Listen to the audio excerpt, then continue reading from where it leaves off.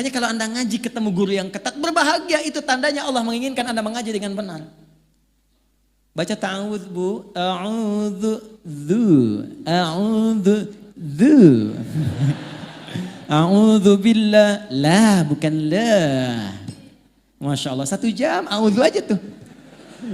Kalau sudah seperti itu jangan ngadu ke suami bu, papa ketat gurunya yang lain aja. Tidak, Anda masih mending. Dulu saya ngaji, pertama kali talaqi mau ngambil qiraat, datang ke salah satu syekh. Masih untung saya sampai ke Al-Baqarah. Ada teman baru Al-Fatihah. Bismillahirrahmanirrahim. Hasbuk ya bunai, cukup pulang dulu ya, nanti kesini lagi. Anda jauh-jauh dari Bekasi ke Jogja, baca bismillah, suruh balik, besok kesini lagi, datang lagi nggak? Ternyata guru itu hanya melihat di mana kekurangan lisannya. Seperti Anda belajar TOEFL, dilihat di mana kekurangannya, besok sudah diperbaiki. Itulah qiraat supaya benar, dan saat Anda baca pun berpahala. 1 hurufnya berapa? 10. At-Tirmidzi nomor hadis 2010. Man qara'a harfan min kitabillahi falahu asyru hasanat. Siapa yang baca 1 huruf dari kitab Allah dapat 10 kebaikan. Walam aqul alif lam mim harfun. Saya tidak katakan alif lam mim 1 huruf, tapi alif sehuruf, 2 lam sehuruf, mim sehuruf. Walikulli harfin asyru hasanat. Setiap hurufnya 10 kebaikan. Jadi kalau Anda baca alif lam mim berapa huruf? Dapat berapa tuh? Anda hitung biasa 30. Ngitungnya jangan begini ya. Jangan begini ngitungnya. 1, 2, 3 itu hitungan manusia biasa. Menghitung pahala kebaikan, lihat di hadis Muslim, Anda ke masjid saja, baru nyampe belum ngapa-ngapain, itu sudah dapat 25. Jarak 1 ke 2 500 tahun. 2 ke 3 500 tahun. Makanya kalau sehari Anda ngaji rugi, Anda kehilangan berapa lama pahala. Saya cuma ingin katakan begini, coba ingat dosanya berapa banyak. Ingat dosanya berapa. Maka cari amalan cerdas, yang paling gampang nutup dosa yang ringan-ringan itu ya baca Quran. Dosa hari ini berapa ya Allah? 9 kali saya salah, kan dihitung 9. 1 huruf, nun. Masih untung 1. Itu tukang hitung. Kalau belum lancar bahagia, 2 kali pahala lancar. Walladzi yatata'ata wa huwa syaqqun 'alaihi falahu ajran. Kalau ada orang terbata-bata berat mengucapkan hurufnya, 2 kali pahala orang lancar. Bismillahirrahmanirrahim. 2 kali. Orang dapat 19, 90 dia kali 2. 380. Masya Allah. Kalau gitu saya nggak lancar aja Ustadz ya Om. Cara berpikir yang salah, itu pahala diapresiasi karena kesungguhannya. Yang lancar merubah dirinya ditemani malaikat. Makanya kalau orang rajin baca Quran itu di samping ada malaikat. Bahasa hadisnya ma'asyafaratil kiramil bararah.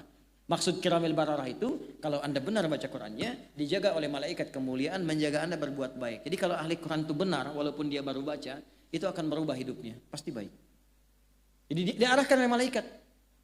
Didampingi kemanapun dia pergi didampingi, makanya rajin baca Quran, qiraah. Ya, dulu ada gerakan 1 hari 1 juz, bagus. Baca itu. One day 1 juz, one day 2 juz, baca. Nanti kalau Anda nggak percaya silakan baca dulu aja. Nih saya ajarkan gini ya, kalau mau ringan. Supaya nggak berat bacanya. Kita ambil Al-Baqarah 1 sampai 141. Al-Fatihah kita simpan karena sudah hafal insya Allah semua. Kalau mau gampang, susah melihat 141 ayat, bagi 5 waktu sholat. 141 bagi 5 berapa? 28.